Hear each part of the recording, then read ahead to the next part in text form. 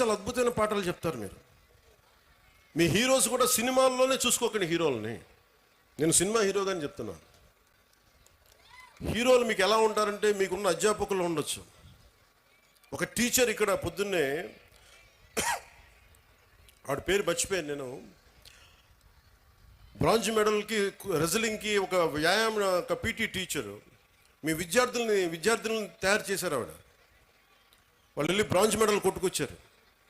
And she's a hero for me. హీరోలు అంటే మీరు కేవలం సినిమాల్లో, మీరే కదా మేడం,